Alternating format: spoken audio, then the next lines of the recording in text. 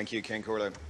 Tánaiste, last week I showed how a US vulture fund structured its Irish subsidiary Mars Capital to avoid paying taxes in Ireland on its Irish profits. I now believe that these vulture funds are about to pull off the largest avoidance of tax on Irish profits in the history of the state. The scale is likely to be in the tens of billions of euro of missed taxes. These are taxes being avoided by Irish companies on Irish domestic profits earned off the backs of distressed Irish families. Tánaiste, the Irish charities are being used to play a key part in this tax avoidance.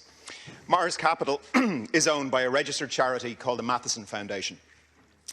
The stated mission of the charity is helping Irish children to fulfil their potential.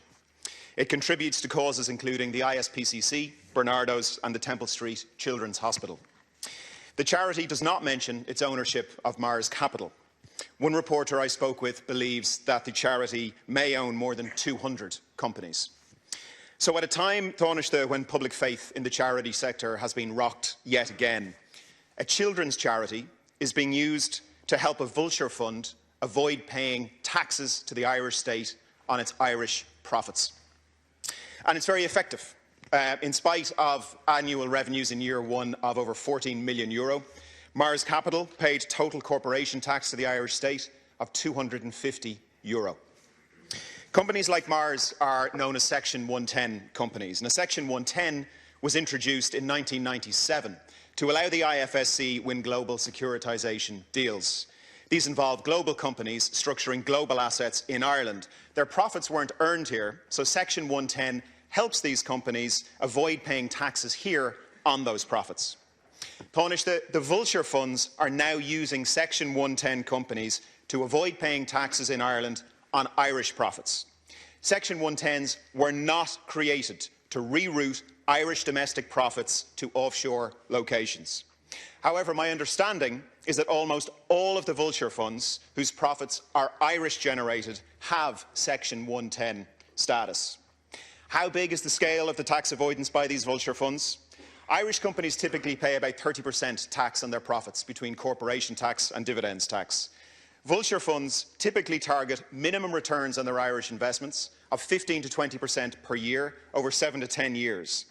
That means that a €100 million investment by a vulture fund should generate €100 million in taxes for the Irish state. To be clear, the level of taxes being missed by the Irish state is likely to be well over half of the total value of all of the distressed loan books sold. That's loan books by NAMA, the IBRC and private banks. So my questions, Tánaiste, are this.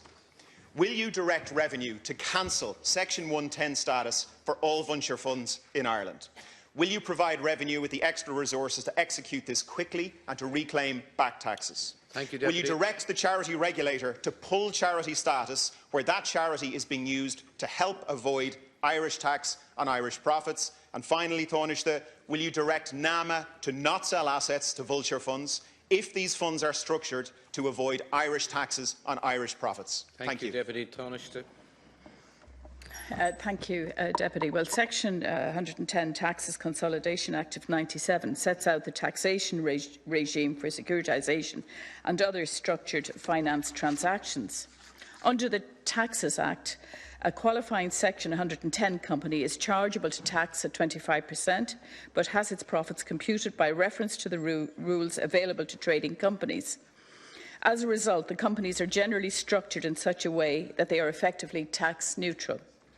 A company must notify the Office of the Revenue Commissioners in advance of its intention to fall within the scope of Section 110.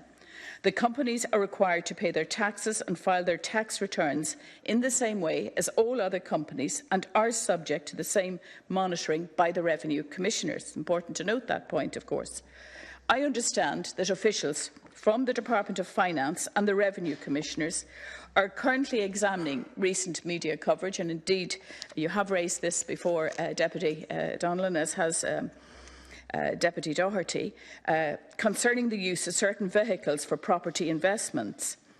Should these investigations uncover tax avoidance schemes or abuses which erodes the tax base and cause reputational issues for this state, then appropriate action will be taken and any necessary legislative tax changes that may be required will be put forward for the consideration of the Minister for Finance. So I can confirm that the Department of Finance and the Revenue Commissioners are examining this issue with a view to taking action.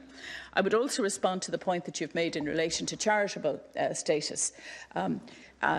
Clearly, this issue does need examination by the charities regulator, and I have been in touch with the charities regulator and asked him to examine the particular issues which you have raised about the use of charitable status and the granting of that status and how it is being used by certain companies at present.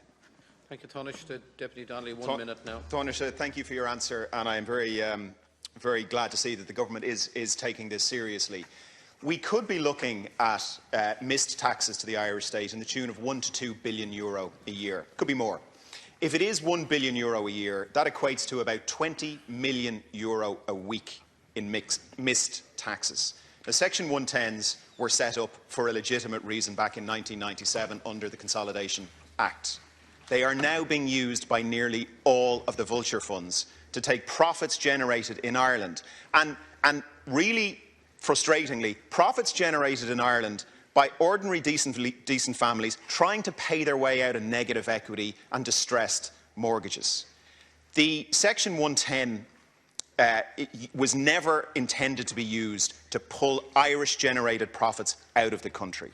And it's happening on a scale that is potentially worth tens of billions of euro. So, Minister, I acknowledge what you're saying about the Revenue Commissioners.